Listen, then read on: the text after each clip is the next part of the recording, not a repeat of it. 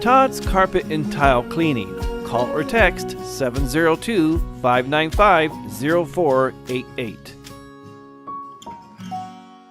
Middleton, Ohio proudly welcomed home VP nominee J.D. Vance, who chose the Rust Belt city for his first solo rally that was jam-packed with a pumped-up crowd. The true definition of the American dream. Vance pledged that if elected, every U.S. citizen that works hard and plays by the rules will be guaranteed a good life. Now we all just have to get out and vote in person. One of the coolest things about my book is I heard from a lot of Americans from all walks of life, but especially from Black Americans who would come up to me and say, our story is your story. Whether it's the drug epidemic or whether it's this epidemic of crime and violence that Joe Biden and Kamala Harris unleashed in our country, we have got a lot of grandparents, white, black, and every skin color, that are raising kids that they didn't expect to raise. And they're doing it because it's the right thing to do, and they do it because they love their communities. My message to them is simple.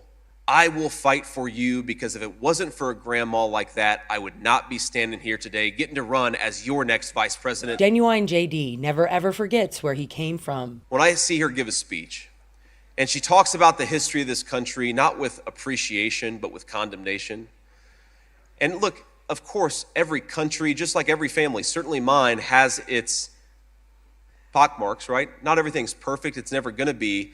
But if you want to lead this country, you should feel grateful for it. You should feel a sense of gratitude. And I never hear that gratitude come through when I listen to Kamala Harris. Middleton made its industrial mark before America's steel industry fled overseas. You cannot, for 3.5 years, take a guy who clearly didn't have the mental capacity to do the job.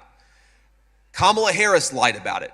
My Senate Democratic colleagues lied about it. The media lied about it. Every single person who saw Joe Biden knew that he wasn't capable of doing the job. And for 3 years, they said nothing until he became political dead weight. If Biden is suddenly unfit to run, is Kamala acting as the president, vice president, presidential candidate, and/or VP candidate? I was told I was going to get to debate Kamala Harris, and now President Trump's going to get to debate her? VP nominee JD's first solo address in his hometown of Middleton, Ohio came from the heart as he detailed his family's struggles and successes in a forgotten America.